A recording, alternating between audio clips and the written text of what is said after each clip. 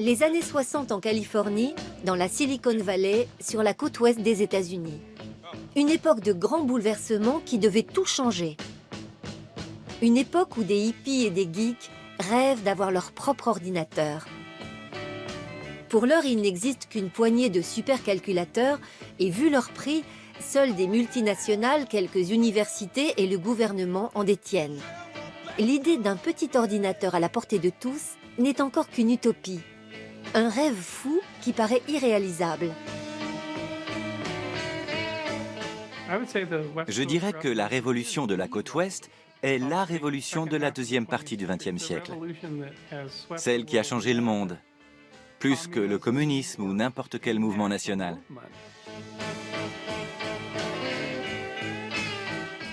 Il n'y a aucune facette de la vie humaine qui n'ait pas été touchée, qui n'ait pas été transformée par la révolution des petits ordinateurs.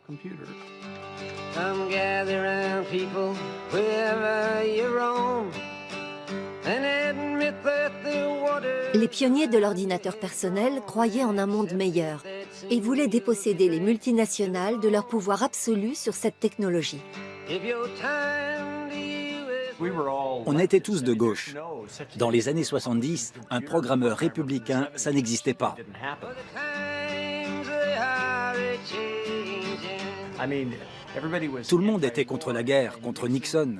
À l'époque, l'idée qu'on pouvait prendre le pouvoir grâce aux ordinateurs était une idée de gauche. Les gens se baladaient en sandales, mangeaient du riz complet et prenaient du LSD. Si ça, ce n'est pas être de gauche, je ne sais pas ce que c'est.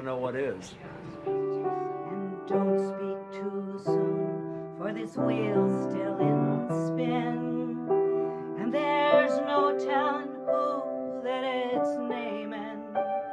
For the loser now will be later to win.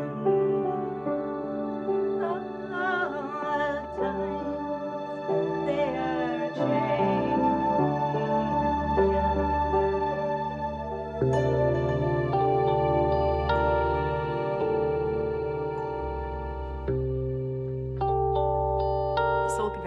La Silicon Valley est un endroit magique.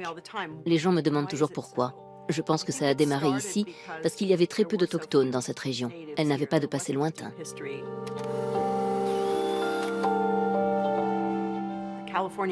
La Californie a toujours attiré les aventuriers et les chercheurs d'or. Voilà son histoire. C'est une terre d'intégration.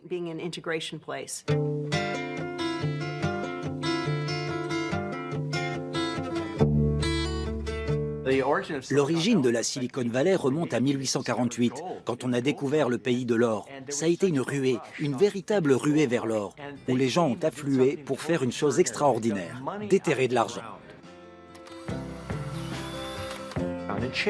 Ça a tout changé. Ça a rapporté un capital sans précédent à la Californie. Et ça a engendré d'autres ruées, celles du chemin de fer, de l'immobilier, des chantiers navals, d'Hollywood. La liste est sans fin. Et en 1900, nous avons lancé l'ère de l'électronique quand Lee de Forest a créé le tube à vide. Et comme ils étaient loin de la côte Est, ils se sont sentis libres de faire un tas de choses. Ici, les pionniers de l'informatique étaient très inventifs, car il n'y avait presque rien. Quand on traverse les États-Unis, en partant de New York pour rejoindre la côte ouest, on perd la notion de règles.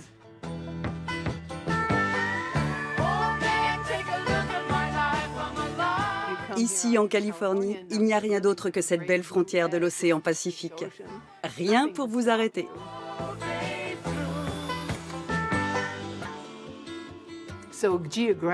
C'était la liberté.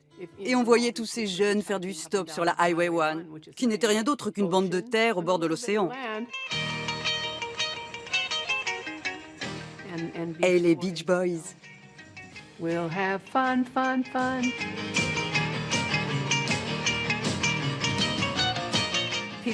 Plus, ce qui a été un avantage pour Jobs.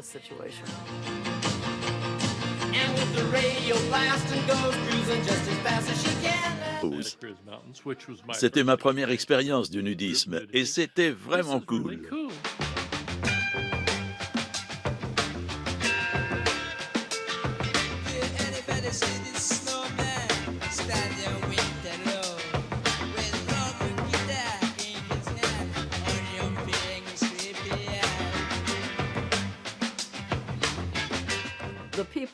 Les gens qui étaient satisfaits de leur vie sur la côte Est ne venaient pas en Californie. La Californie était peuplée de gens qui étaient insatisfaits ailleurs.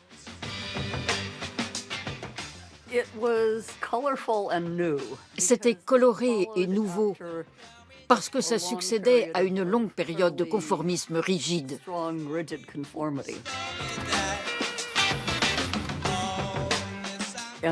D'un coup, tout le monde remettait tout en question.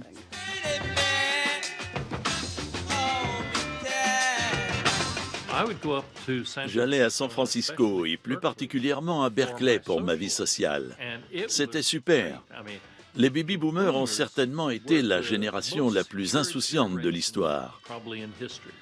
Leurs parents avaient travaillé dur pour qu'ils soient à l'abri. Du coup, les baby-boomers se sentaient en sécurité.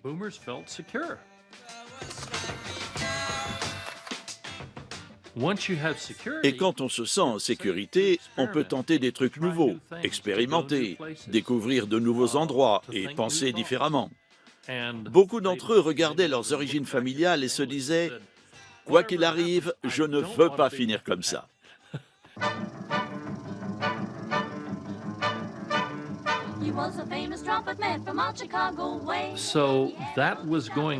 Ce vent nouveau a en grande partie été déclenché par le mouvement anti-guerre, par le fait que les hommes risquaient à tout moment d'être expédiés au Vietnam pour servir de chair à canon.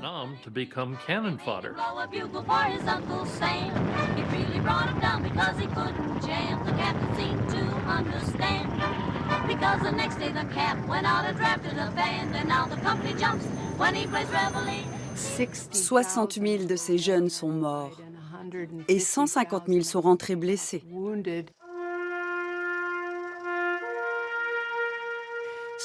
Ma génération a donc été décimée.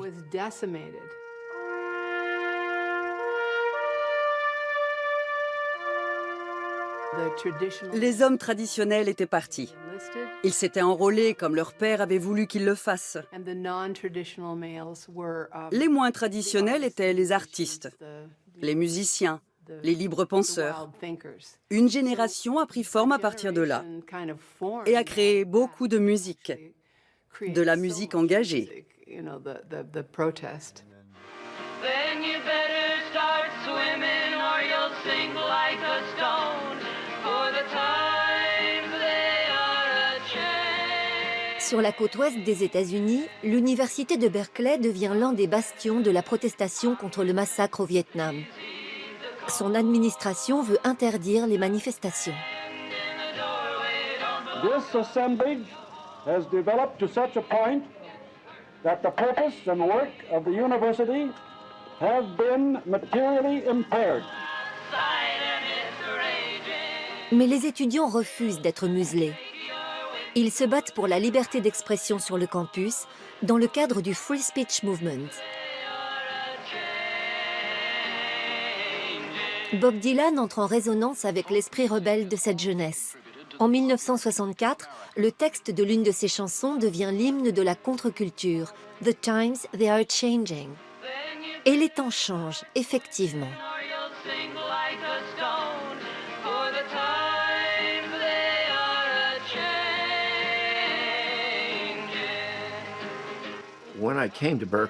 Quand je suis arrivé à Berkeley, je ne voulais pas seulement participer à ce milieu bohème. Je comprenais les beatniks de San Francisco, mais je m'intéressais aussi aux activités contre la répression politique.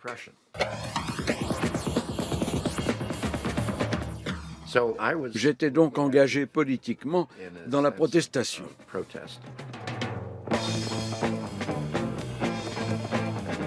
On ne peut pas dire que ce sont les hippies qui ont lancé la révolution informatique. Certains d'entre eux y ont participé, mais il y avait aussi des gens très conservateurs. Ce qui était valorisé dans ce milieu, c'était surtout ce que vous pouviez apporter. Si vous étiez bon dans le domaine technique, peu importe dans quoi, vous étiez respecté pour vos compétences et vos réussites, et pas pour des à-côtés futiles. Je n'arrêtais pas de réfléchir à ce que je pourrais bien concevoir qui pourrait être utile. Vers 1966, j'ai commencé à chercher comment construire des amplificateurs portables. J'ai aussi conçu un moyen de les relier. L'idée, c'était que la foule puisse répondre à quelqu'un qui essayait de lui parler. C'était le début de la communication multilatérale. Communiquer d'égal à égal, donner la parole à chacun, des principes scandaleux. D'autant que les idées libérales des étudiants ne font pas encore consensus. En 1966, Ronald Reagan est élu gouverneur de Californie. C'est un conservateur pur et dur. Il prône le renforcement de la répression contre les manifestants. Mais la jeune génération n'est pas prête à renoncer au plaisir d'expérimenter de nouveaux modes de vie.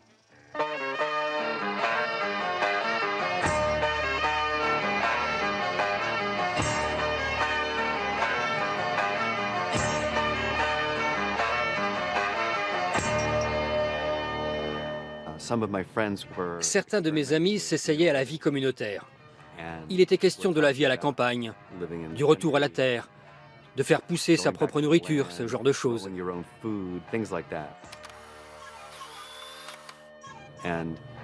J'étais un gamin de la ville. J'avais grandi dans le Bronx. Ça me fascinait de prendre part à ces activités d'extérieur, de construire nos propres cabanes.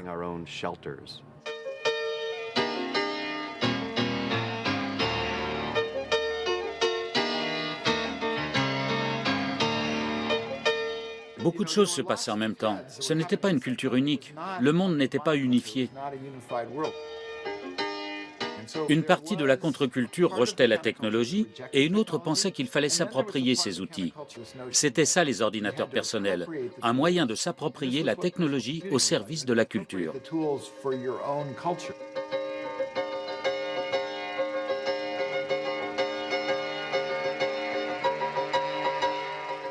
Le futur de l'humanité ne pouvait être que l'utopie ou l'oubli.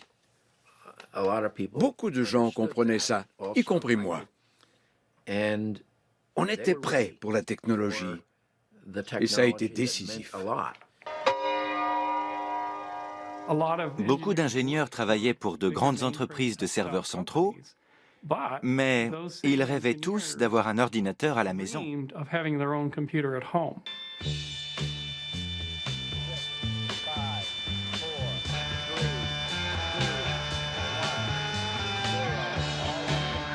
Les années 60 s'achèvent sur un triomphe de la technologie. Le 21 juillet 1969, Neil Armstrong est le premier homme à marcher sur la Lune. One small step for man, one giant leap for mankind. Don't you know that I'll always be true?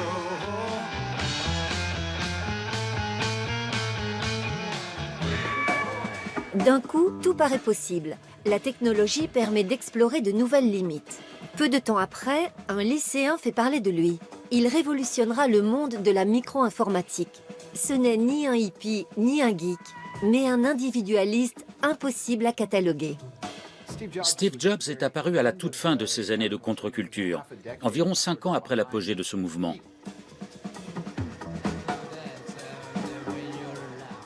Mais Jobs était très influencé par Bob Dylan et Joan Baez et sa vision du monde s'était nourrie de tout ça. Il avait à la fois un sens affûté des affaires et cette idée que les ordinateurs pouvaient être un outil d'émancipation.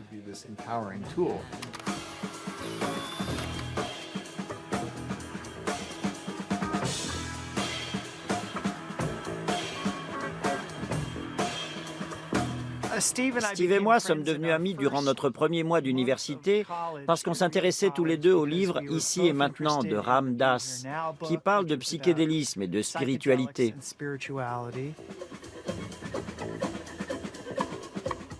En fait, je suis l'expert mondial de tous les livres que Steve et moi avons lus et qui nous ont donné envie d'aller en Inde.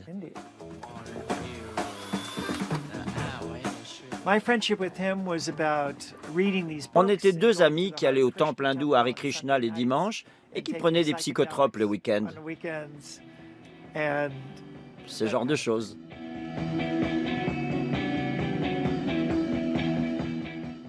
Ce qui était drôle à propos de Steve, c'est qu'il ne parlait jamais de technologie. Du tout.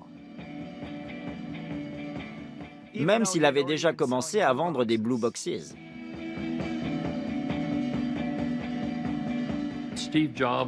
Quand ils étaient au lycée, Steve Jobs et Steve Wozniak avaient construit les Blue Boxes. C'étaient des boîtiers bleus qu'on pouvait connecter au réseau téléphonique pour passer des appels gratuitement dans le pays et à l'étranger. C'était complètement illégal, mais très marrant. Voilà comment ça marchait.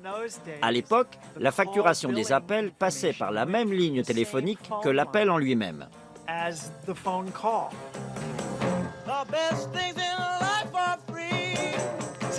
Donc, quand on composait un numéro, sa facturation commençait dès le début de la conversation et durait jusqu'à la fin.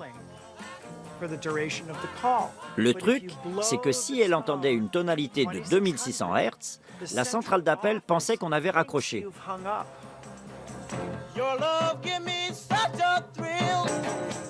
Donc, ça stoppait la facturation. Mais en réalité, on n'avait pas raccroché. Et on gagnait un appel gratuit. C'était là tout le secret. Steve Jobs et Wozniak ont immédiatement construit un prototype. Et Jobs a proposé de vendre ses boîtiers. Voilà comment leur partenariat a commencé. Sans les Blue Boxes, il n'y aurait peut-être pas eu Apple. Il y aurait eu des ordinateurs, mais le partenariat entre ces deux hommes a commencé parce que leur projet de Blue Boxes a eu beaucoup de succès. Pendant ce temps, des néo-hippies de la Silicon Valley sont en train de chambouler le système universitaire. Ils fondent une faculté libre et autogérée, dépourvue de programmes prédéfinis et de hiérarchie autoritaire. Pour eux, technologie et mode de vie alternatifs ne sont pas contradictoires. J'ai entendu parler de cette université libre, la Free University of Palo Alto, qui proposait des cours incroyables. Je me suis renseigné et je me suis dit, OK, je vais aller voir ça.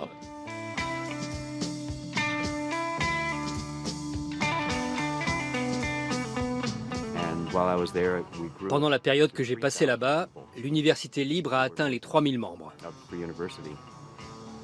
L'inscription coûtait environ $10.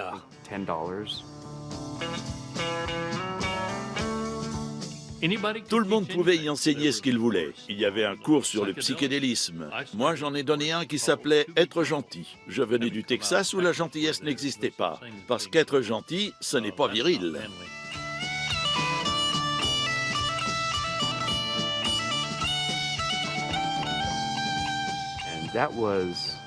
D'une certaine façon, c'était le précurseur de l'Internet d'aujourd'hui, qui donne accès à tout ce qu'on veut. On peut aussi créer n'importe quel contenu et le publier.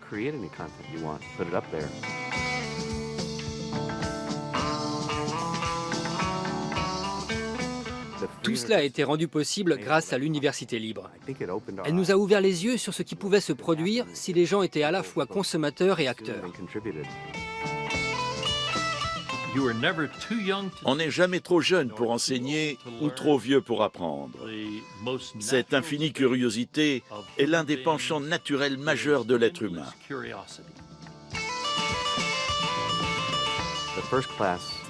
Le premier cours que j'ai donné était en rapport avec l'informatique. Ça s'appelait « Comment en finir avec le monopole d'IBM ». Et ça parlait du contrôle qu'IBM avait imposé aux grandes entreprises informatiques, qui représentaient à peu près toute l'industrie informatique de l'époque. Elles ne cherchaient pas de solutions alternatives. Du coup, je me suis dit qu'on devait se rassembler et réfléchir à une stratégie pour détrôner IBM.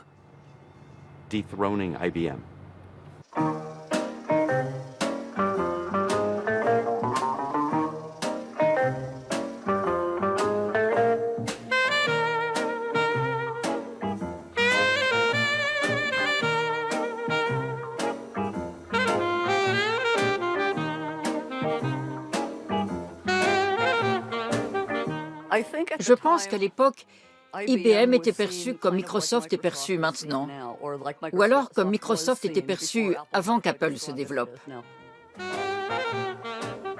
IBM dominait complètement le monde de la technologie. Il me semble que le PDG d'IBM avait estimé qu'il existait un marché pour 6 ordinateurs aux États-Unis. Il parlait de gros serveurs centraux.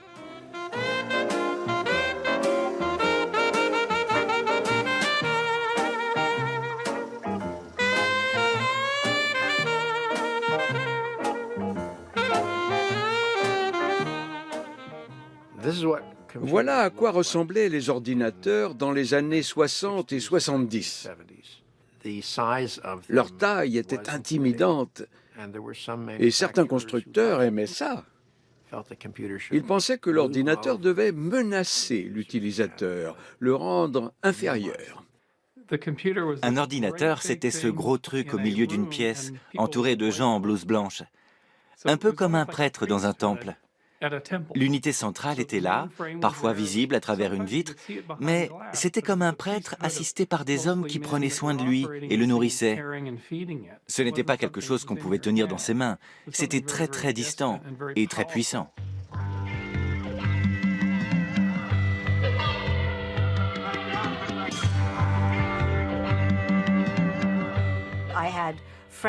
À la fac, j'avais des amis qui se faufilaient dans le sous-sol, au labo informatique, pour tenter de se servir de cet ordinateur géant. Je suis allée les voir. L'ordinateur prenait toute la place. Ils y glissaient des cartes perforées, faisaient quelques manips, et il en sortait la réponse, quelle qu'elle soit. Ça les fascinait.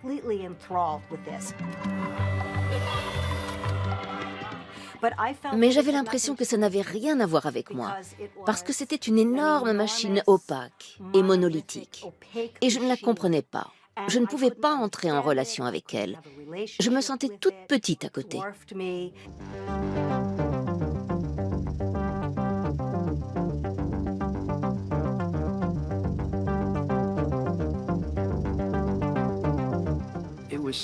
On voyait ça comme un outil de contrôle de la société, comme un outil de concentration du pouvoir.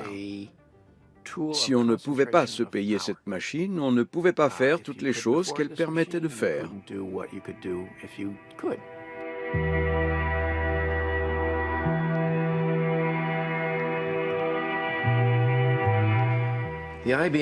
La méthode IBM était enracinée dans la culture de la côte Est. C'était une vieille entreprise, très conservatrice dans ses concepts sociaux. Quand on la rejoignait, ils soulevaient vos pantalons et regardaient si vos chaussettes montaient jusqu'aux genoux. Ça comptait pour eux. Il fallait porter un costume noir, une cravate bleue, et les vendeurs devaient apprendre des chansons consignées dans un cahier d'entreprise. Toujours de l'avant, nous sommes grands et grandirons encore, nous servons l'humanité et ne pouvons échouer. Voilà pour l'hymne officiel d'IBM. Ceux d'entre nous qui étaient dans l'industrie informatique, les jeunes programmeurs, nous détestions ce qu'IBM faisait de cette technologie. Pour nous, ce gigantesque potentiel créatif aurait dû être à la portée de tous, et pas aux mains d'une seule et énorme entreprise qui en faisait son business. Les ordinateurs devaient être partagés.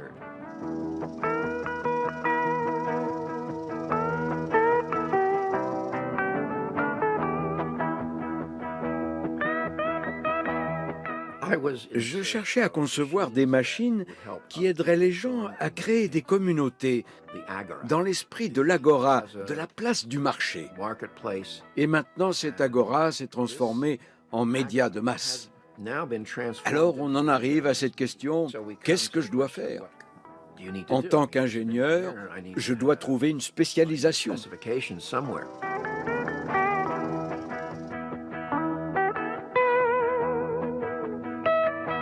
30 ans avant la mise en ligne d'une société nommée Facebook, un groupe de jeunes hackers autour de Lee Felsenstein crée un petit réseau informatique local à Berkeley. Comme les PC n'existent pas encore, ils sont obligés d'utiliser des terminaux reliés à un supercalculateur. On échangeait beaucoup et toutes sortes de choses. Certains tapaient des graphiques de machine à écrire, rien que pour les télécharger et pouvoir les retrouver grâce à des mots-clés. On avait aussi un poète qui rentrait quelques lignes de poésie et qui disait « Pour plus de poésie, appelez ce numéro et parlez à John ».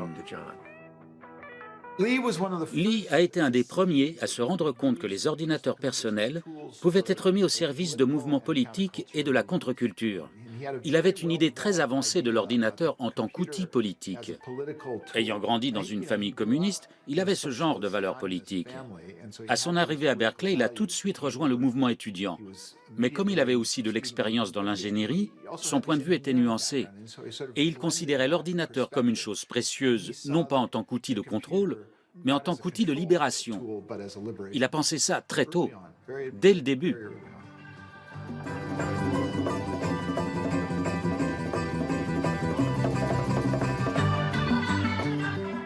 Le premier terminal a été inauguré le 8 août 1973. C'était avant les ordinateurs personnels. Quand on l'a installé à Berkeley dans un magasin de disques alternatifs, j'ai eu peur que les gens soient outrés. Comment osez-vous amener un ordinateur dans le beau petit monde qu'on a créé? Mais ça n'a pas été le cas. Tout le monde le regardait en disant « Oh, je peux l'utiliser ?»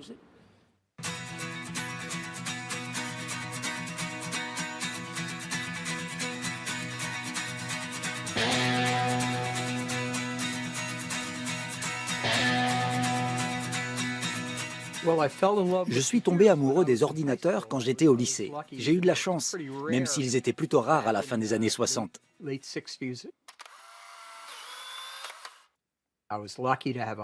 J'ai eu la chance d'avoir été dans un lycée qui possédait un terminal connecté à un gros ordinateur, très loin. Je me suis lancé très naturellement, comme un poisson dans l'eau. Et j'ai adoré ça. J'ai adoré avoir une idée et la concrétiser en écrivant un programme. Dès lors, j'ai voulu avoir mon propre ordinateur. Mais c'était impossible.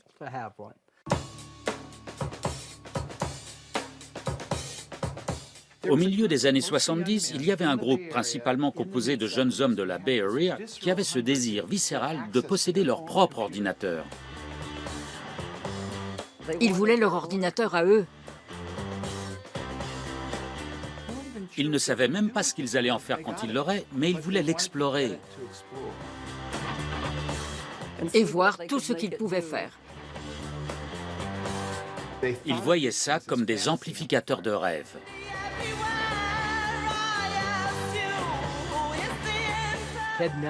En 1974, Ted Nelson a publié un livre appelé « Computer Lib ». C'était la première fois que j'entendais quelqu'un parler des ordinateurs comme d'un outil pour les gens normaux, permettant de s'opposer à Big Brother.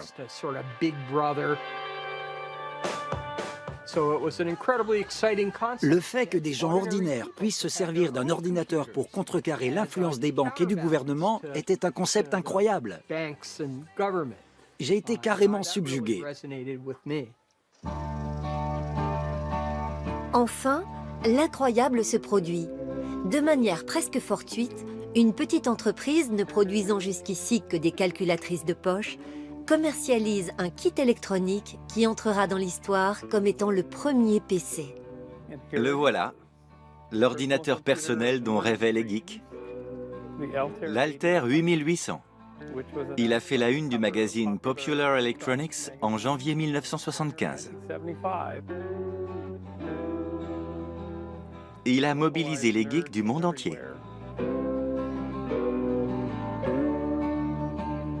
On pouvait y rentrer des 1 et des 0 à l'aide de ces commutateurs. Parfois, on pouvait utiliser 4 doigts pour tout faire en même temps. Et ces 1 et ces 0 formaient un code qui permettait de lancer un programme. Mais que faisait ce programme? Il faisait juste clignoter des lumières.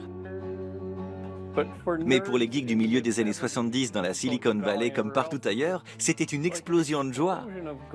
Ils pouvaient faire ça chez eux. Et ce n'était pas une simple calculatrice qui additionnait des chiffres. C'était un véritable ordinateur. C'était révolutionnaire. Et les gens qui n'en voyaient pas le potentiel trouvaient ça ridicule. À ce moment-là, au milieu des années 70, les mouvements hippies et contestataires se sont affaiblis. Mais le désir de s'affranchir des multinationales anonymes est toujours fort. Ceux qui rêvent d'avoir un PC veulent changer le monde, non pas avec des fleurs dans les cheveux, mais avec un fer à souder dans la main. L'Altair 8800 donne le coup d'envoi. 30 personnes se sont réunies dans un garage par une nuit pluvieuse du mois de mars pour étudier cet ordinateur.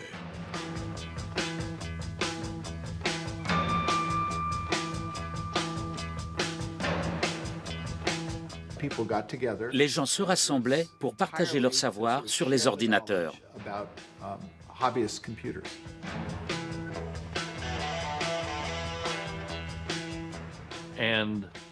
Et quelqu'un a décidé de monter un club informatique. Il se composait de geeks, de gens qui s'intéressaient à ces micro-ordinateurs qu'on pouvait se procurer à des prix abordables.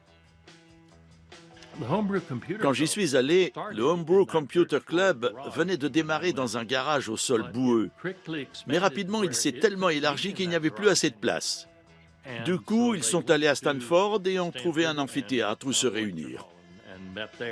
Ça fonctionnait comme une dictature bienveillante.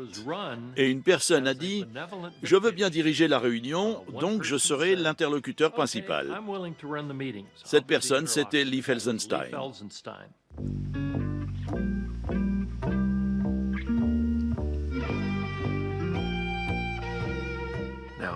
Je faisais partie de ces gens et j'avais acquis l'expérience du Community Memory.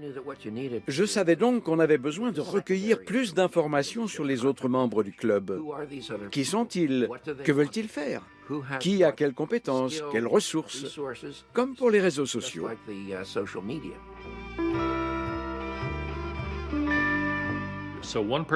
Une personne se levait et disait « J'ai un problème avec ce programme, est-ce que quelqu'un peut m'aider ?» Ou alors « J'ai entendu dire qu'Intel allait produire une nouvelle puce électronique pour micro-ordinateur. » Ah oui, d'accord, tu peux nous en dire plus?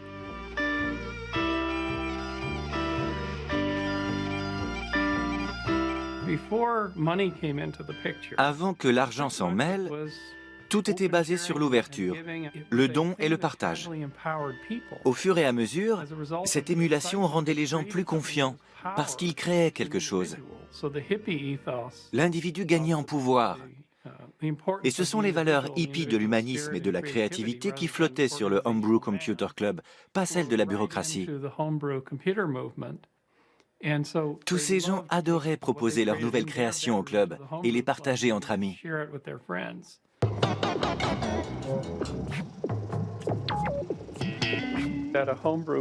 Un type du nom de Steve Dampier est arrivé au club avec un ordinateur Altair qu'il avait reprogrammé.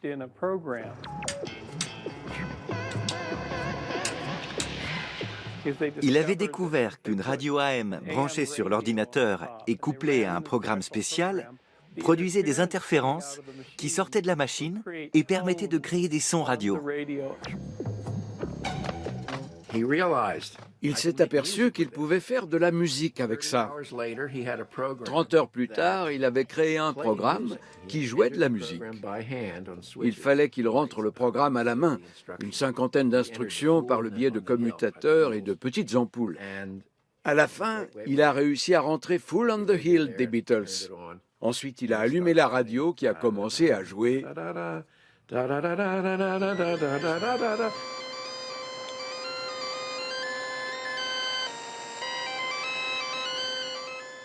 Ça ne sonnait pas très bien, mais c'était bien ça. Lors de cette réunion du club, tout le monde s'est levé pour l'applaudir.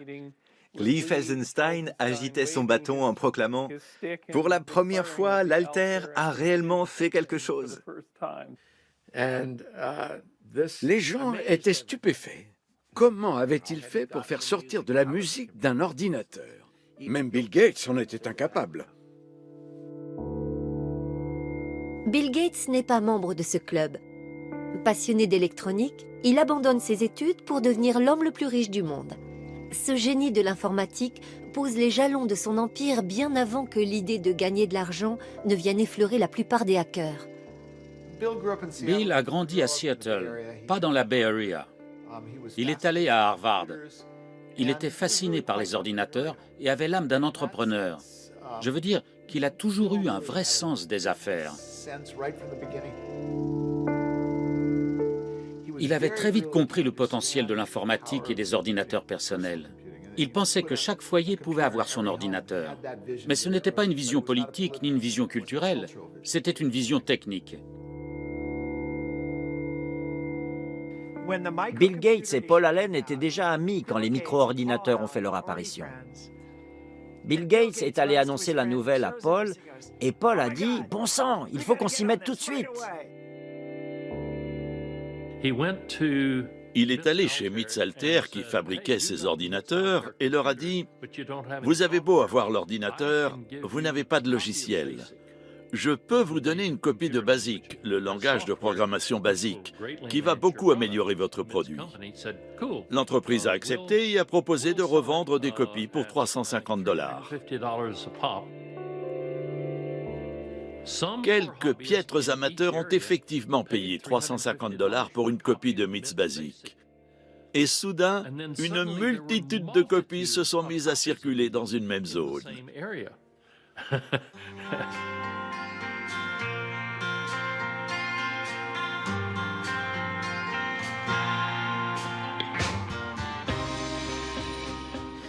Alors on a échangé BASIC entre nous. Quelqu'un en a fait une vingtaine de copies et les a ramenées au club lors de la réunion suivante. Tous ceux qui en voulaient pouvaient se servir. Bill Gates s'est rendu compte que les gens ne payaient pas pour acquérir son BASIC, qui n'était en fait qu'une bande perforée presque aussi chère que l'ordinateur lui-même. Les gens utilisaient un lecteur de bande perforée, en sortaient des copies et les distribuaient.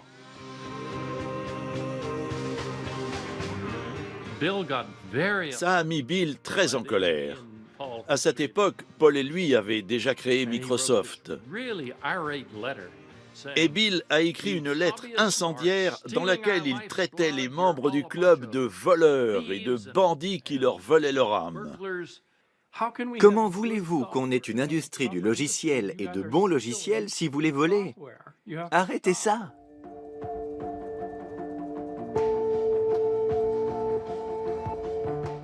La culture du Homebrew Computer Club était celle du partage. Les logiciels permettaient d'améliorer la machine et de la faire fonctionner. C'était évident qu'on allait les partager. Il n'y avait pas d'industrie du logiciel à cette époque.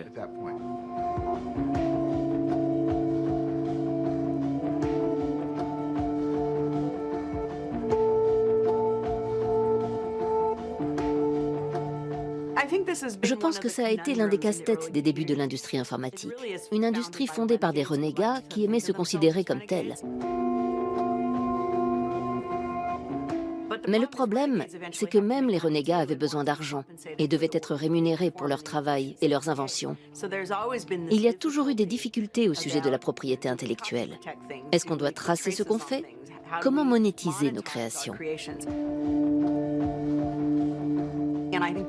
Je pense que Bill a été l'un des premiers à dire ouvertement que ce travail avait de la valeur et qu'on devait être rémunéré.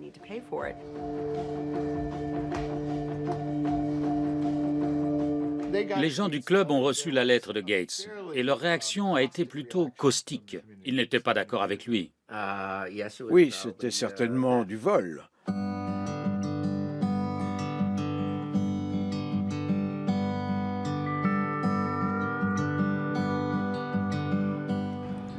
Pour les premiers informaticiens, ça n'avait rien à voir avec l'argent. Tout tournait autour des relations humaines. Ils voyaient de la beauté, une véritable beauté dans les codes informatiques. C'était comme une romance, un amour du codage et un amour pour la communication qui nous faisait utiliser ces outils et les tout premiers jeux qui faisaient des petits bip, bip.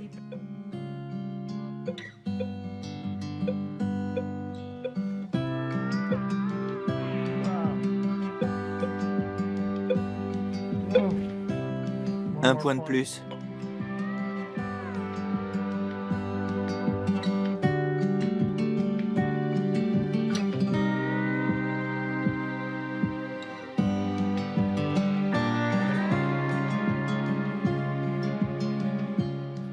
On utilisait ce joystick pour jouer.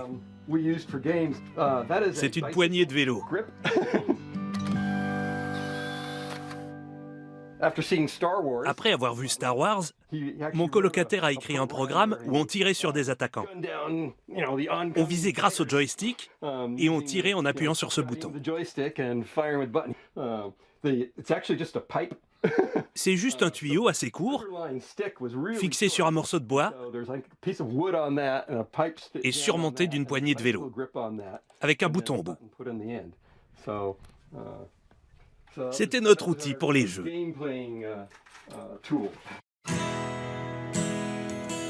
Petit à petit, le bidouillage devient sérieux. Les premières entreprises voient le jour. Affublé d'un logo alambiqué représentant Newton sous un pommier, Apple est l'une des premières startups de garage.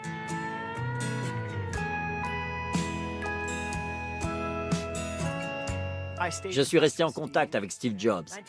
En 1975, on est allé dans sa ferme dans l'Oregon et on a mangé beaucoup de pommes.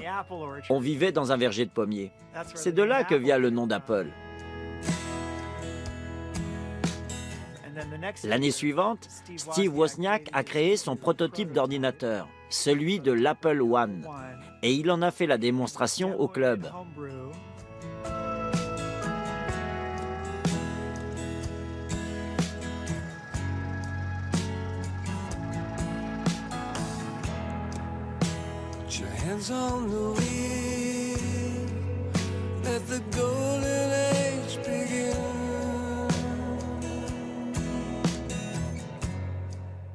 C'était la première fois que l'Apple One était présenté au public. Je m'efforçais d'avoir l'air très sérieux et j'espérais qu'on ne me pose aucune question, parce que je ne connaissais rien au fonctionnement de l'ordinateur. Steve Jobs savait tout, mais à cette réunion, j'étais tout seul derrière le stand, pendant que Jobs et Wozniak faisaient le tour des autres exposants.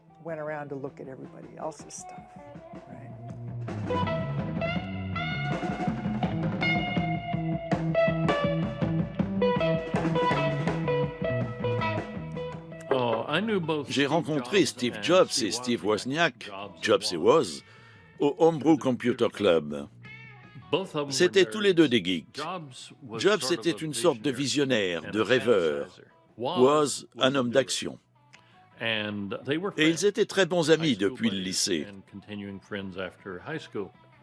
Woz a dit « Oui, l'Altair, c'est sympa, mais je veux un ordinateur qui fonctionne à ma façon. » Jobs était d'accord.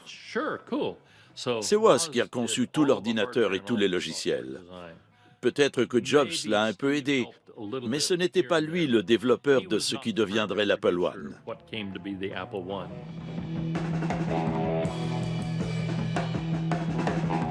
Pour moi, l'alchimie qui fait toute l'âme de la Silicon Valley, ça a toujours été ça. Un hacker qui veut utiliser cette technologie comme il l'entend et un mec qui s'y connaît un peu en business. Si on les associe comme il faut, ça donne des entreprises comme Apple. C'est comme ça que Woz et Jobs se sont lancés. Jobs était l'entrepreneur. C'était lui le visionnaire qui voyait qu'on pouvait aller plus loin.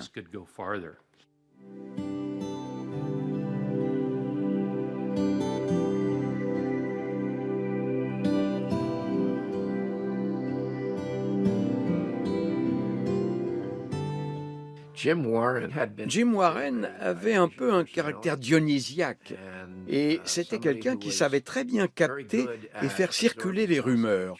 C'est ce qu'il faisait aux réunions. Si on regarde les photos du Homebrew Computer Club de 1987, il y en a une où il est assis à l'arrière et tous les autres se sont tournés vers lui. C'est là qu'il a eu l'idée d'organiser une foire.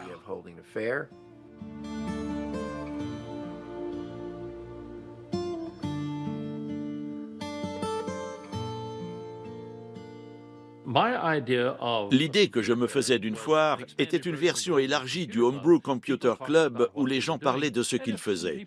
Et si les gens voulaient installer des stands à l'extérieur pour montrer leurs produits, ça m'allait très bien.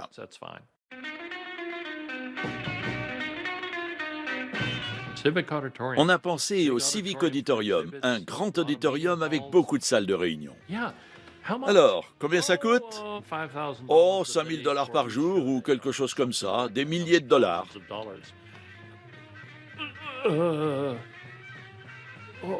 D'accord, merci. On va y réfléchir. Comment est-ce qu'on allait pouvoir se payer ça? J'ai commencé à gribouiller sur une feuille de papier. Voyons, dans la Silicon Valley, on devrait pouvoir rameuter 5000 personnes minimum. On pouvait leur demander entre 7 et 10 dollars l'entrée. Ça pourrait nous permettre d'avoir 150 stands, ou même 200, auquel cas on pouvait leur demander plus d'argent. Pour les exposants, on demanderait 300 ou même 500 dollars. Plus il y aurait d'exposants, plus l'argent se multiplierait. Alors j'ai fait le calcul, et là...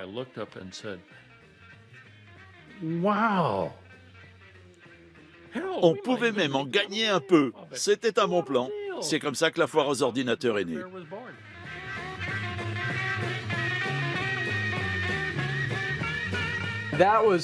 J'étais très enthousiaste. C'était comme un rassemblement des clans, un rassemblement de tous les gens un peu geeks qui s'intéressaient aux ordinateurs. C'était comme Woodstock ou quelque chose du genre. Il y régnait une atmosphère de carnaval très productive. C'était le genre d'événement qu'on trouve dans une agora. Les passionnés étaient euphoriques. Leur communauté gagnait en reconnaissance. Ça disait « On existe, les ordinateurs personnels existent et seront le futur ». Le monde se transformait à l'image de ce qu'ils avaient créé. C'est à cette foire que l'Apple II a été présenté officiellement. Je l'ai trouvé sensationnel. Et j'en suis tombé amoureux tout de suite.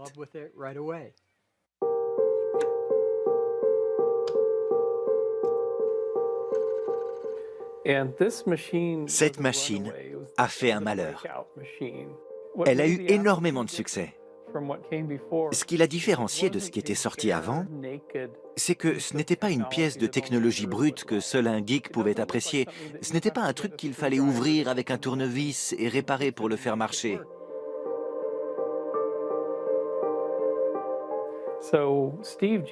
En génie du marketing, Steve Jobs a emprunté 100 000 dollars pour fabriquer le magnifique boîtier que vous voyez ici.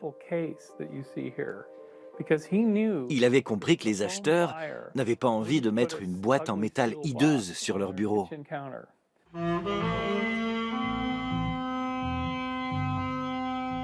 Steve avait compris qu'il y avait une vraie opportunité technologique. Et il ne m'a pas proposé de devenir son partenaire. Il me payait 3 dollars de l'heure. C'est tout. C'était le salaire minimum. Du coup, je me sentais pauvre. La plupart du temps, j'étais tout seul dans le garage en train de tester les circuits imprimés, pendant que Steve téléphonait dans la cuisine. C'était ça, Apple. Et quand Steve s'en allait, c'est moi qui devais me précipiter dans la cuisine pour répondre au téléphone. Mais je pense qu'à l'époque, Steve savait très bien ce qui se passait. Apple a fini par dominer le marché pour plusieurs raisons.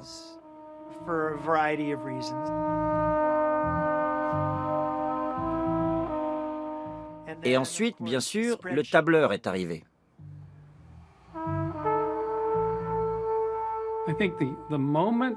Je pense que l'ordinateur a quitté la sphère des passionnés au moment où nos amis Dan Bricklin et Bob Frankston ont inventé leur VisiCalc, leur feuille de calcul électronique.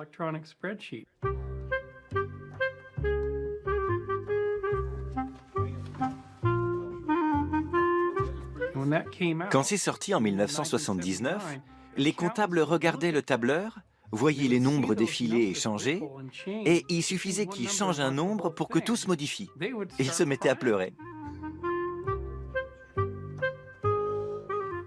Il me disait, la voix tremblante, dire que je passe ma semaine à faire ça, et toi, il t'a fallu 15 minutes. Mon Dieu!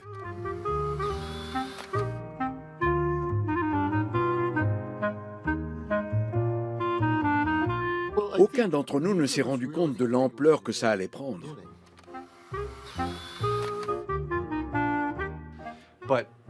Mais le VisiCalc ne nous rapportait pas beaucoup d'argent. À cette époque, très peu de gens en gagnaient beaucoup. Pourquoi n'avons-nous pas fait breveter VisiCalc? On aurait pu devenir très riche. Oui, mais à l'époque, les programmes informatiques ne pouvaient pas être brevetés, uniquement les machines.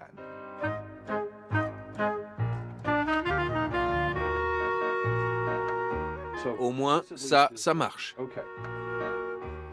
18 mois plus tard, la Cour suprême des États-Unis a changé la loi. En gros, ils ont dit que le fait que ce soit des mathématiques et de la programmation ne voulait pas dire que c'était impossible à breveter.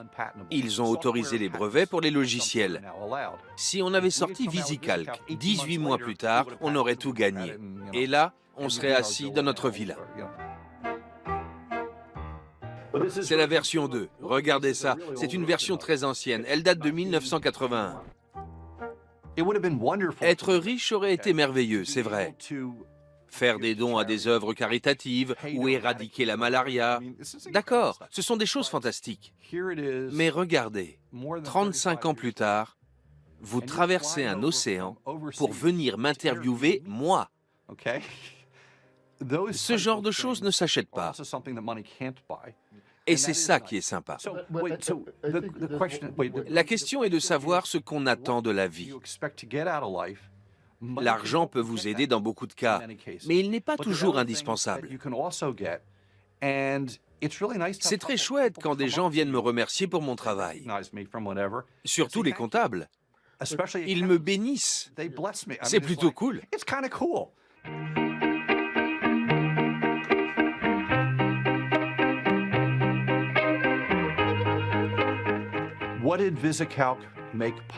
Ce que VisiCalc a rendu possible, c'est le repérage de produits financiers permettant aux gens de prendre des risques et de s'en sortir. Ça a permis les obligations à haut risque.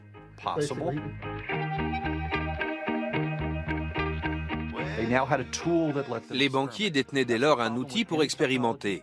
Le problème de toute technologie, c'est qu'elle est à double tranchant. Quand on fabrique des outils, on veut s'assurer que ça servira le bien. Enfin, ce n'est pas forcément le souci de tout le monde. Mais après, on se rend compte que les gens les utilisent comme bon leur semble. Si les années 80 ont été ce qu'elles ont été, c'est en partie parce que l'outil de prédilection de certaines personnes était la feuille de calcul.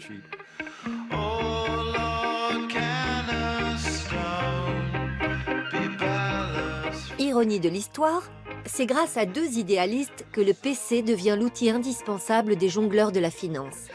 Et leur logiciel tombe à pic.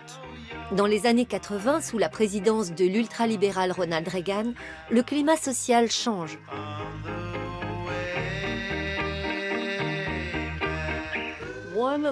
La majeure partie des années 80 s'est déroulée sous l'administration de Reagan. La pensée conventionnelle revenait à la mode. With all those across the land who share a community of values embodied in these words: family, work, neighborhood, peace, and freedom.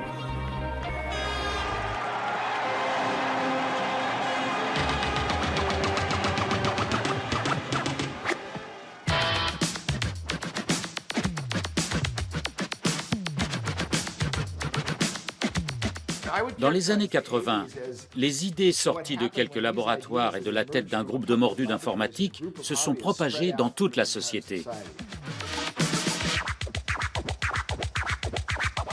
Les années 80, c'était l'essor d'une immense industrie.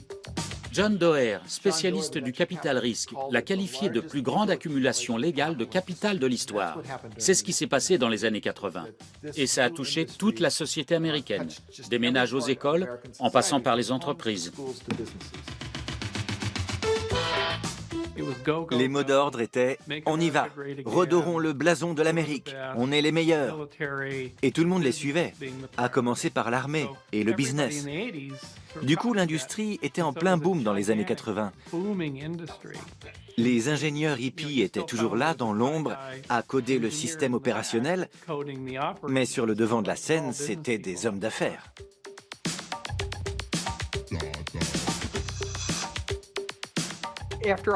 J'ai acheté mon Apple II et en tant que programmeur, j'ai évidemment commencé à écrire des programmes et à les distribuer au club. C'était passionnant parce que j'avais une sorte de public pour mes logiciels. Je pouvais écrire un programme et les gens s'en réjouissaient. Mais un ami m'a dit « Non, ne les offre pas. Tu peux les vendre pour des dizaines de milliers de dollars. » Je ne savais pas comment faire un truc pareil.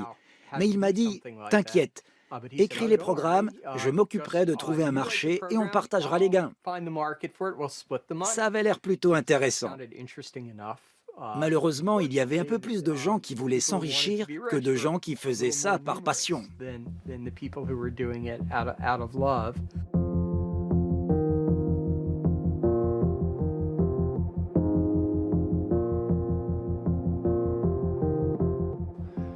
Quand Apple est entré en bourse en 1980, il y avait une centaine de millionnaires.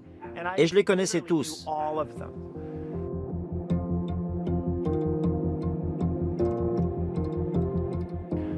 Cela dit, on n'allait jamais me donner d'action. Et c'était un coup dur pour moi. J'avais quand même été le premier employé à travailler dans le garage.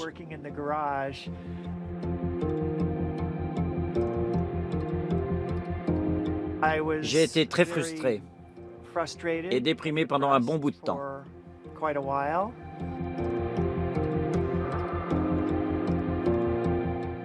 L'entreprise Apple ne me devait rien, au fond. Mais tout le monde savait que j'étais un bon employé qui travaillait dur. J'étais motivé, toujours prêt à donner un coup de main, et tout le monde m'aimait bien. Du coup, tout le monde croyait que Steve allait s'occuper de moi. Mais il n'en avait pas l'intention.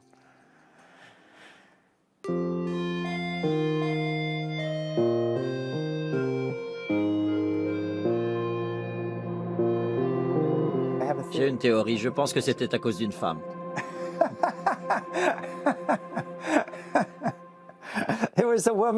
À l'époque, Steve fréquentait une femme, mais un jour, il m'a dit que c'était fini pour lui.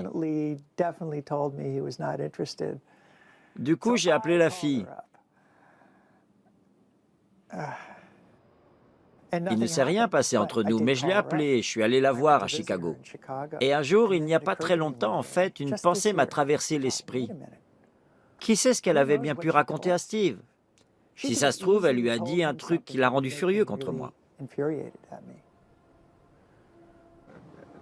Les mystères de la psychologie humaine. C'est difficile. Je ne sais pas. On pourrait dire qu'il était narcissique.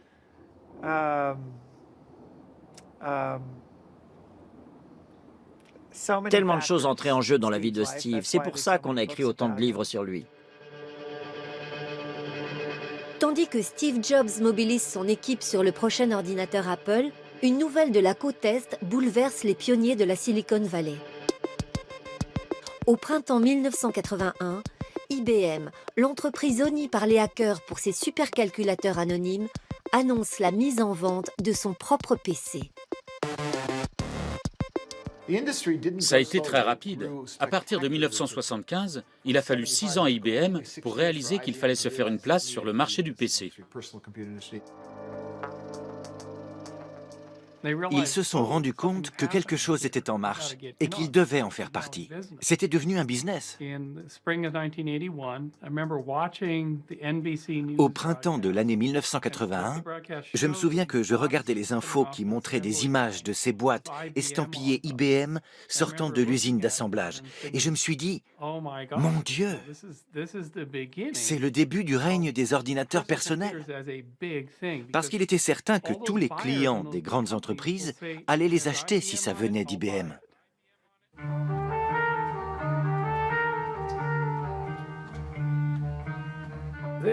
Voilà l'ordinateur personnel d'IBM lancé en avril 1981. C'était un projet secret dont personne n'avait entendu parler. Quand il est sorti, ça a été un choc incroyable pour la Silicon Valley parce qu'IBM se lançait dans la partie. La plus grande entreprise d'ordinateurs du monde, celle qui dominait tout, est arrivée sur un marché qui n'appartenait qu'à des passionnés et à des petites entreprises locales. Tout le monde a senti que ça allait tout changer et ce PC a effectivement façonné les années 80.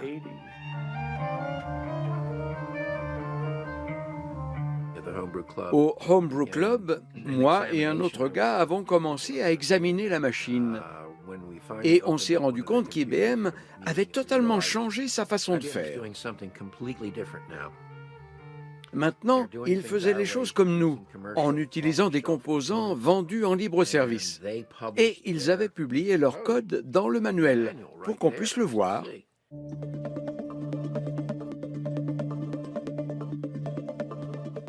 IBM s'en est sorti en adoptant notre philosophie.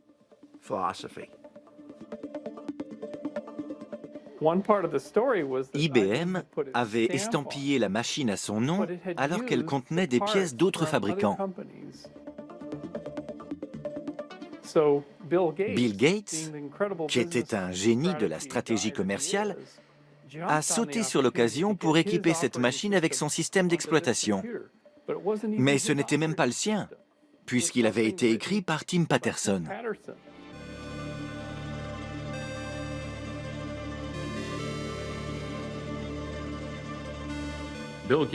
Bill Gates est allé le voir et lui a dit qu'il voulait acheter son système pour en faire un produit Microsoft. Bien sûr, il n'a pas mentionné IBM.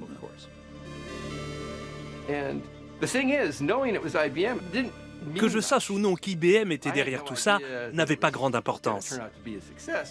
Parce que je n'imaginais pas une seconde que ça allait être un succès. Les forces marketing qu'IBM pouvait déployer pour que ça prenne cette ampleur m'échappaient totalement. Je faisais mon boulot, j'étais payé. Ça ne me dérange pas de ne pas être connu.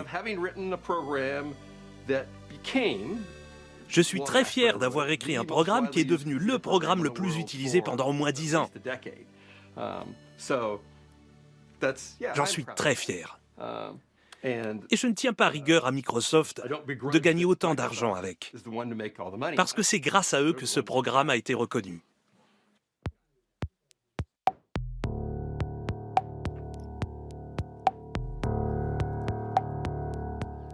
Bill Gates était un homme d'affaires futé.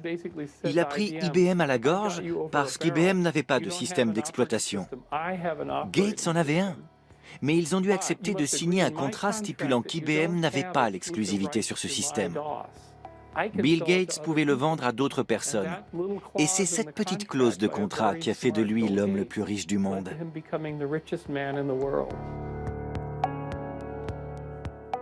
Vous savez, Bill est une force de la nature du point de vue de sa personnalité. Je pense qu'il a tout de suite compris comment travailler avec les gros poissons. Et le contrat avec IBM lui a permis de mettre Microsoft dans la course.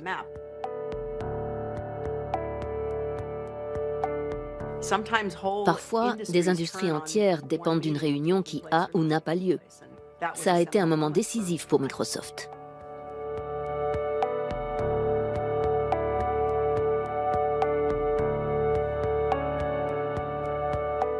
Je pense qu'IBM a accepté l'offre de Bill Gates, consistant à acheter une licence plutôt que le système d'exploitation en lui-même, parce qu'il ne réalisait pas ce qui se passait. Il ne se rendait pas compte que les ordinateurs personnels allaient dominer le marché de l'informatique. Mais Bill Gates avait la conviction qu'on finirait par avoir un ordinateur dans chaque foyer.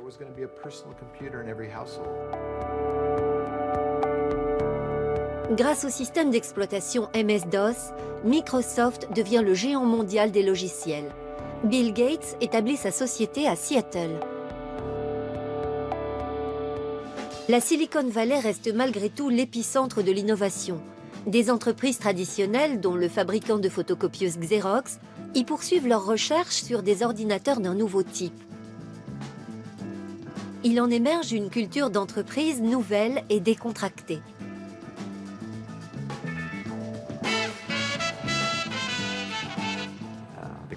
Dans les salles de réunion, on avait de gros poufs comme celui-ci. Les gens pouvaient s'installer et écouter quelqu'un parler tout en se relaxant. La culture informatique qui a grandi à Xerox PARC était une culture particulière de la côte ouest. Cette façon de mener des recherches, qui maintenant est typique de la Silicon Valley, est née à Xerox PARC.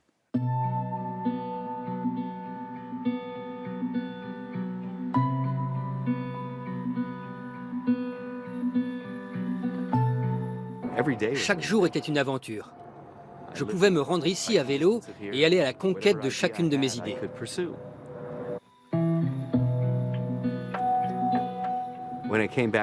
Après mes expériences de vie en communauté à la campagne, je voulais faire quelque chose de différent.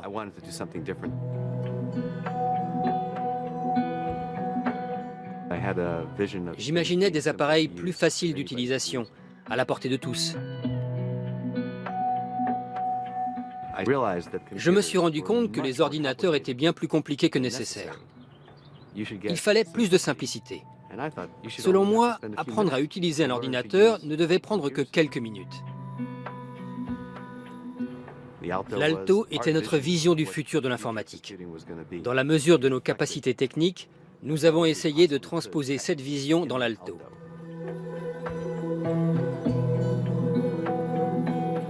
Larry Tesler et ses collègues développent l'Alto, un ordinateur en avance sur son temps, le premier à être équipé d'une souris et d'une interface graphique. Mais une fois de plus, les concepteurs n'en font pas leur chou gras. Dire que le fondateur d'Apple, Steve Jobs, s'est inspiré de l'ordinateur Alto serait un euphémisme. Il s'est rendu compte que cette machine allait changer le monde, mais qu'elle n'allait pas être fabriquée par Xerox. Son idée était qu'il pouvait faire mieux en transférant les caractéristiques de l'Alto dans un Macintosh qu'il pouvait vendre à tout le monde.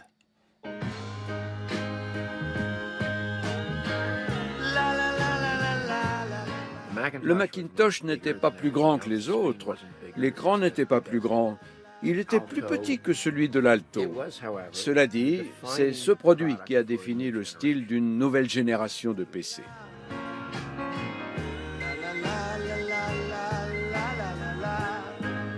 Quand on écrivait une simple lettre à sa mère, par exemple, la version imprimée était la même que celle que l'on voyait à l'écran. Ça a changé ma vie. Le fait de pouvoir rentrer des mots sur un support intermédiaire et d'avoir la liberté de les déplacer, de les supprimer, d'ajouter ou de modifier des choses, c'était vraiment très excitant. Le lancement commercial a évidemment marqué un tournant culturel, avec la célèbre pub de Ridley Scott pour Apple.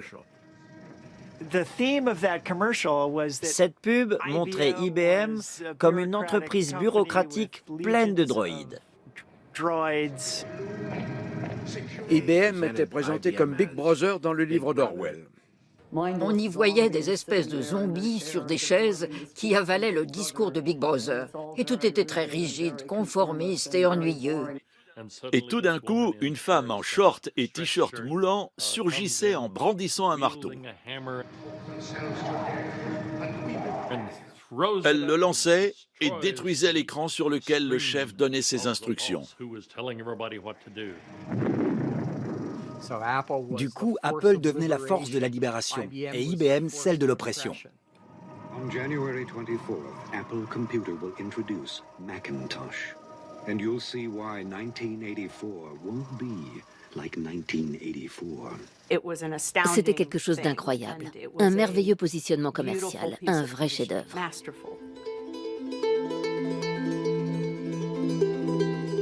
Pour souligner l'aspect révolutionnaire de son ordinateur, Steve Jobs, le patron d'Apple, emprunte l'hymne de la contre-culture.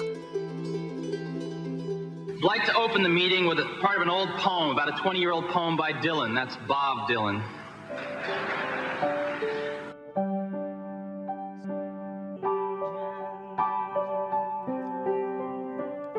Steve Jobs a récité le deuxième couplet de « The Times, They Are Changing ». Venez poètes et critiques qui prophétisez avec votre stylo. And keep your eyes wide, the chance won't come again. And don't speak too soon, for the wheel's still in spin. And there's no telling who that it's naming. For the loser now will be later to win, for the times they are a-changing. Now...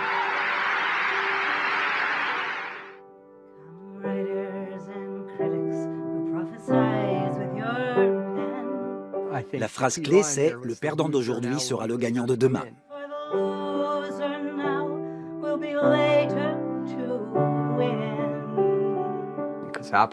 Parce qu'Apple avait quelques difficultés, étant donné qu'IBM était en train de prendre le contrôle de l'industrie.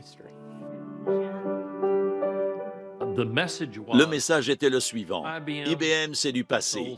On a quelque chose de radicalement nouveau pour vous.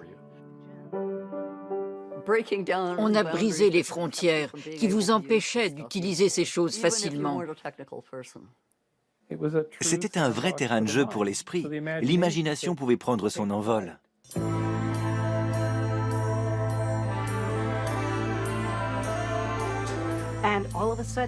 Tout d'un coup, chacun avait l'impression que cet ordinateur avait été créé pour lui, par des gens comme lui, dans une entreprise dirigée par des gens comme lui. Des gens qui comprenaient qui on était et ce qu'on voulait faire avec un ordinateur, et qui avaient du respect pour ça. Ils respectaient les artistes, les auteurs, les musiciens, et voulaient leur donner, plus qu'un outil, un collaborateur qui leur offrait les moyens de concrétiser leurs idées et de les partager avec le monde entier. C'était une révolution.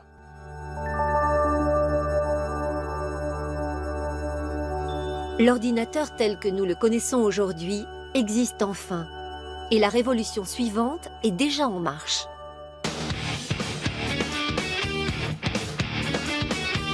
Au seuil des années 90, les frontières s'effacent.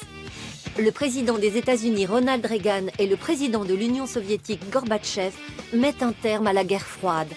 Le mur de Berlin tombe en 1989. Les années 90 ont tenu la promesse des ordinateurs personnels. Dès lors, les petits boîtiers de la Silicon Valley deviennent des fenêtres ouvertes sur le monde.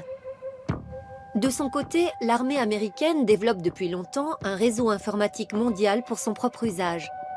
Mais à partir de 1990, l'Internet devient accessible au public. En Suisse, Tim Berners-Lee, un chercheur du CERN, a l'idée de partager toutes les informations sur un seul réseau. Le World Wide Web est né et il changera la vie de millions de gens. Tout à coup, le monde entier était connecté. Avec la chute de l'Union soviétique, notre ancien ennemi était à présent connecté au même réseau. Et tout le monde avait des ordinateurs. Tous les gens que je connais ont été affectés par Internet et le web. C'est quelque chose d'incroyable. Le fait d'être connecté au monde est une avancée incomparable dans l'histoire de l'humanité. J'ai des amis en Angleterre, en France. Je ne les reconnaîtrais pas dans la rue, mais on discute très souvent. C'est vrai qu'avant, on pouvait faire ça par voie postale, mais c'était beaucoup plus lent.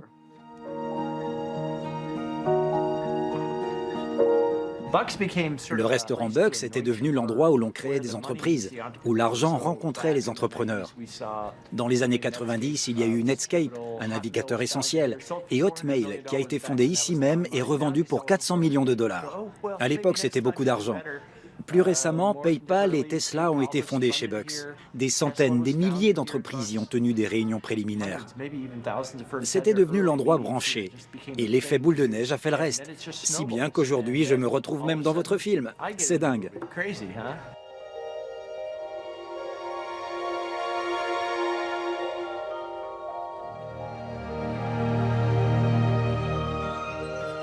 Certains acteurs de la révolution du PC se reconvertissent dans le domaine de l'Internet. D'autres deviennent de simples observateurs. Bill Gates en personne sous-estime la portée du web à ses débuts. Il met du temps à développer un navigateur qu'il commercialise de façon agressive grâce au quasi-monopole de Microsoft. Du coup, le ministère de la Justice américaine menace d'anéantir son trust. Le procès s'éternise pendant toute la décennie 90. Désormais, l'avenir est façonné par une nouvelle génération de geeks. En 1998, Larry Page et Sergey Brin, tous deux diplômés de Stanford, inventent un moteur de recherche, Google. Fidèles à l'esprit libertaire des débuts du Homebrew Computer Club, ils placent leur jeune entreprise sous la devise « Don't be evil », ne soyez pas malveillants. J'étais dans le garage quand Google a vu le jour. Ces types voulaient vraiment être différents. Ils adhéraient à certaines valeurs.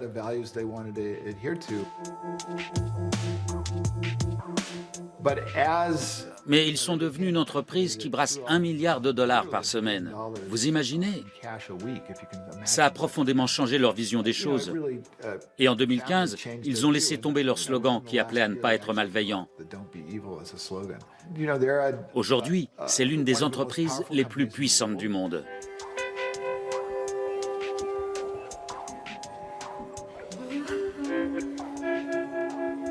Ce nouveau monde est fantastique et il est audacieux. Il présente de nombreux dangers, mais aussi beaucoup d'opportunités.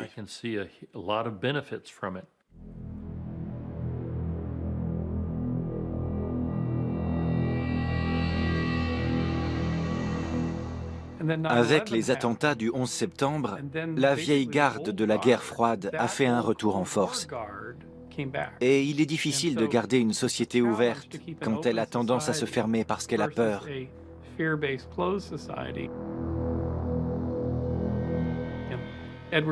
Edward Snowden incarne cela en quelque sorte, quand il dit qu'on nous a privés de certains de nos droits.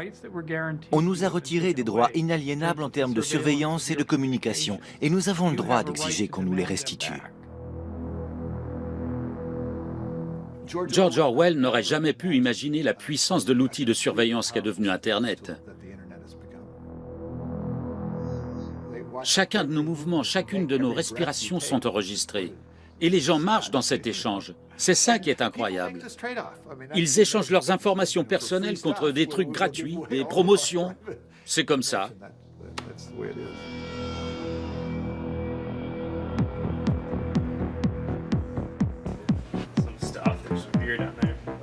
Sphère privée et sphère publique se confondent de plus en plus. Le modèle d'entreprise de Mark Zuckerberg repose lui aussi sur ce principe.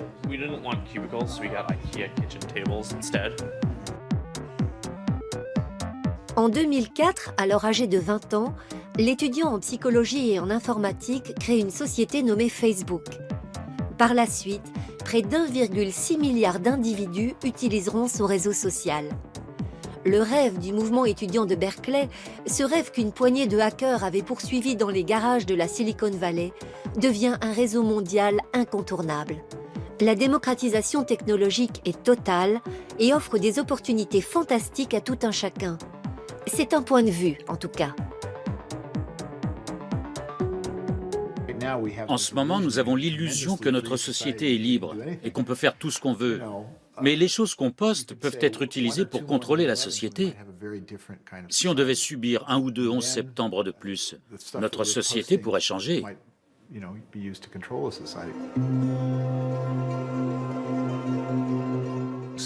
Quelque chose comme Facebook, qui paraît banal dans une démocratie libérale, pourrait s'avérer terrifiant dans une dictature.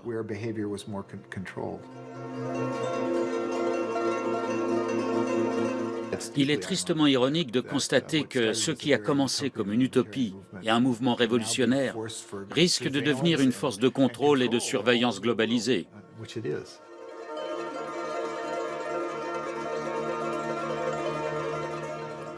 La façon dont les choses ont évolué avec les médias sociaux, sur le plan technologique et social, ça ne me plaît pas vraiment. Par exemple, je me surprends encore à être fasciné par Facebook, à me demander constamment « quoi de neuf, quoi de neuf ?» Je suis devenu passif face à ce spectacle, je n'y participe plus.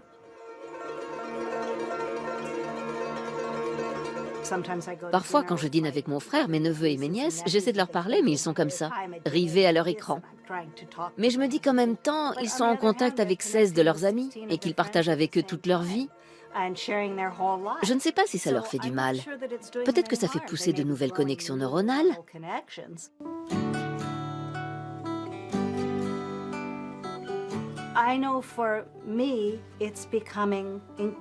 Pour moi, il est devenu de plus en plus important de ne pas oublier de sortir de chez moi et de me laisser envahir par la beauté du monde réel.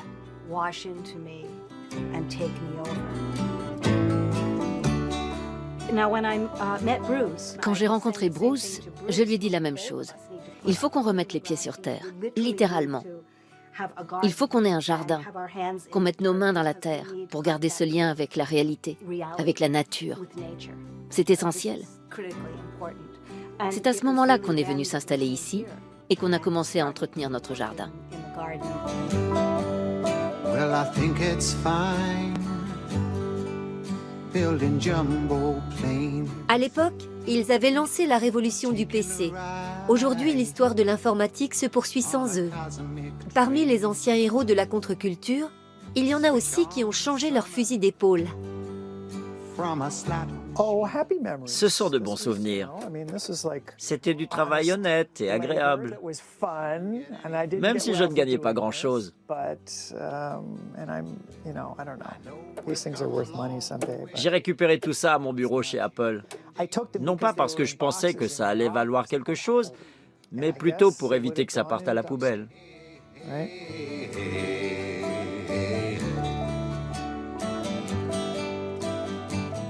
Regardez ce t-shirt, il est marrant. Je l'ai eu pour mon anniversaire. Mes amis m'ont fait ce t-shirt à cause de cette histoire d'action qu'Apple ne m'avait pas donnée. À l'avant, ça dit « J'ai construit des ordinateurs dans le garage d'Apple ». Et à l'arrière, et tout ce que j'ai eu, c'est ce t-shirt. C'est vraiment drôle.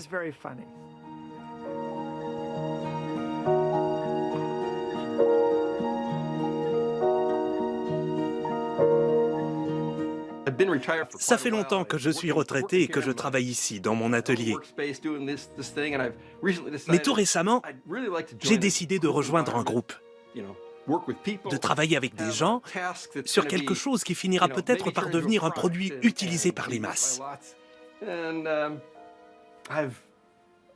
J'ai postulé à quelques endroits.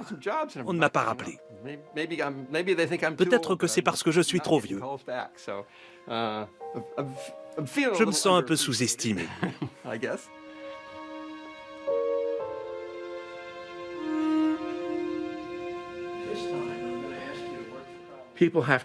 Les gens doivent rester maîtres de la technologie qu'ils utilisent.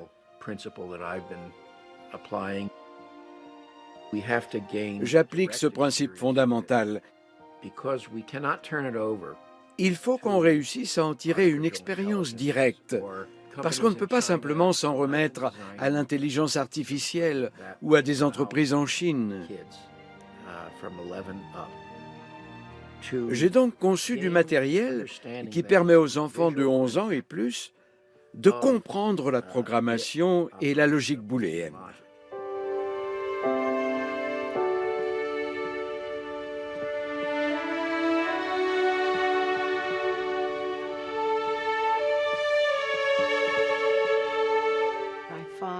Je trouve que la jeune génération est de plus en plus préoccupée par la survie.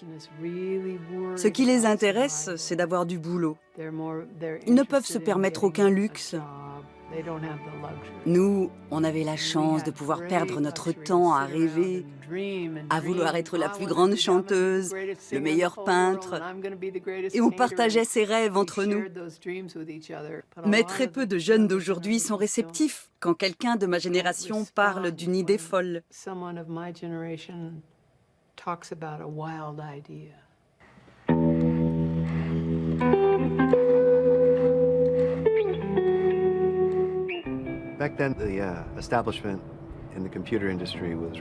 À l'époque, IBM représentait l'establishment de l'industrie informatique. Aujourd'hui, c'est Google, Facebook, Apple, Microsoft, Oracle. Ce sont eux qui ont des milliards de clients. Alors c'est vrai, ce que j'ai contribué à créer à l'époque est devenu l'establishment, alors que c'est précisément ça que je combattais.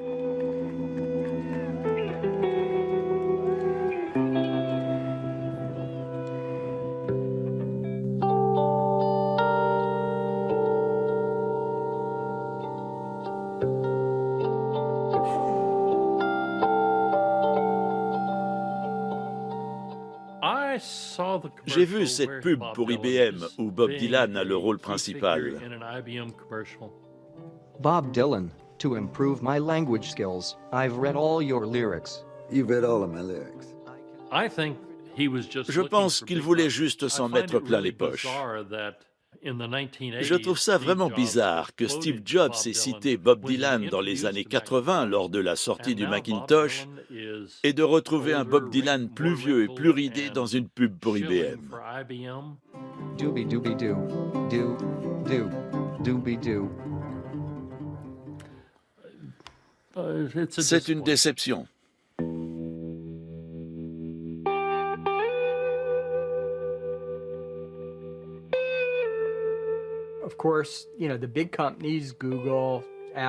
Bien sûr, les grosses entreprises comme Google, Apple ou Facebook ne sont plus rebelles. Elles sont devenues la norme. Quand on est gros, on a des avantages, mais aussi des inconvénients.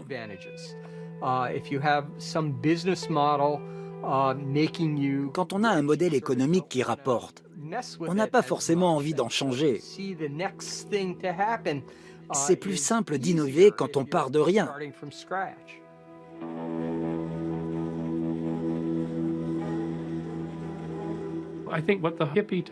La révolution des hippies et des geeks a su imposer l'idée qu'on a toujours besoin de libres penseurs dans ses rangs si on veut avancer, et que ce sont des personnes précieuses qui n'hésiteront pas à travailler ailleurs si elles sont sous-exploitées. On a besoin de ces gens. Ce ne sont pas juste des gars bizarres. Et leur bizarrerie n'est pas un problème.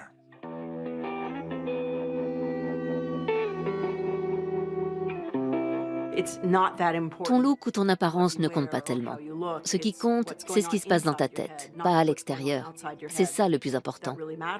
Et je pense que c'est encore valable aujourd'hui. Il y a une vieille blague de la Silicon Valley qui dit que quand tu cherches la personne la plus importante dans une pièce, c'est toujours celle qui est la moins bien habillée. Je pense que l'esprit d'innovation n'a jamais été aussi vivant.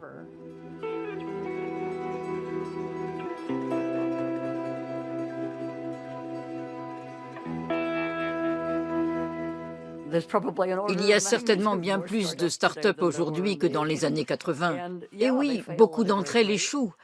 Oui, certaines sont stupides. Mais certaines vont aussi changer le monde. Et on ne sait pas encore desquelles il s'agit. Ce qui compte, c'est d'entretenir un environnement où elles peuvent exister et prospérer. Come gather round, people, wherever you roam, and admit that the waters around you have grown. La révolution de la côte ouest a commencé avec la musique, l'art, peut-être les drogues dans les années 60. Mais les mouvements de libération des femmes et des gens de couleur, le mouvement écologique, sont également des choses qui ont nourri la révolution des PC et qui l'ont renforcée.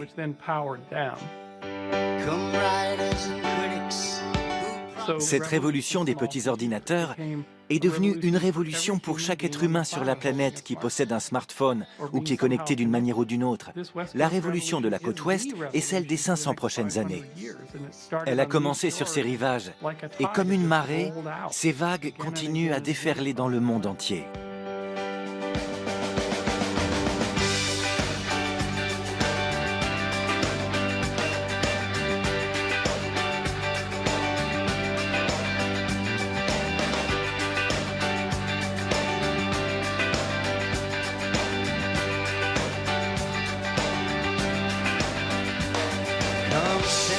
Congressman, receive the call. Don't you dare stand in the doorways. Don't you block up the hall.